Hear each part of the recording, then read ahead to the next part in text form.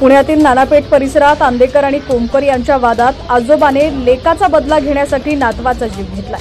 आंदेकरच्या टोळीनं वनराज आंदेकर याच्या खुनाचा बदला घेण्यासाठी भाचा आयुष कोमकर याची गोळ्या झाडून हत्या केली। अखेर 3 दिवसांनी आज आयुषवर पुण्याच्या वैकुंठ स्मशानभूमीत अंत्यसंस्कार करण्यात आले। 3 दिवसांपासून त्याचा मृतदेह रुग्णालयात ठेवण्यात आला होता। पॅरोलवर सुटलेले वडील गणेश कोमकर आपल्या लेकराच्या अंत्ययात्रेत सहभागी झाले।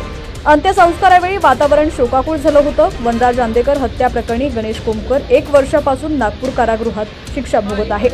आज गणेशवरती स्वतःच्या लेकरावरतीच अंत्यसंस्कार करण्याची वेळ आली।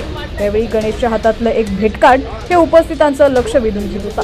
मोठ्या पोलीस बंदोबस्तात गणेश मुलाच्या अंत्यविधीसाठी वैकुंठात आला होता। गणेशच्या हातात एक भेटकार्ड होतं। हे साधं सुद्धा भेटकार्ड नव्हतं, तर त्याचा लेक आयुषनं स्वतः कारागृहात वडिलांना पाठवलेलं होतं। आय लव्ह यू पप्पा असं त्या कार्डवरती आयुषनं लिहिलं होतं। त्याचबरोबर नवीन ड्रेस पाठवलाय असं देखील लिहिलं होतं। या कार्डसोबत त्यानं काही बालपणीचे फोटो चिटकवले होते।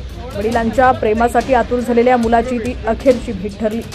माझी काही चूक नव्हती, काही चूक नसताना माझ्या मुलाला का भोगावं लागलं असं तो पोलिसांना विचारत असल्याचं आपल्याला या ठिकाणी पाहायला मिळतंय। लेकरावरती अंत्यसंस्कार करताना गणेश कोमकर भाऊक झाला होता। या सगळ्यात माझ्या मुलाची काय चूक होती असा प्रश्न तो सातत्यानं विचारत होता। बाळा तुला चॉकलेट घेऊन आलोय मी, या ठिकाणी बापानं आपल्या लेकरासाठी हंबरडा फोडलाय। वातावरण अक्षरशः शोकाकुळ झालं होतं। माझ्या लेकराची काहीच चूक नव्हती, त्याला हे सगळं का भोगावं लागलं असं तो सातत्यानं पोलिसांना विचारत होता।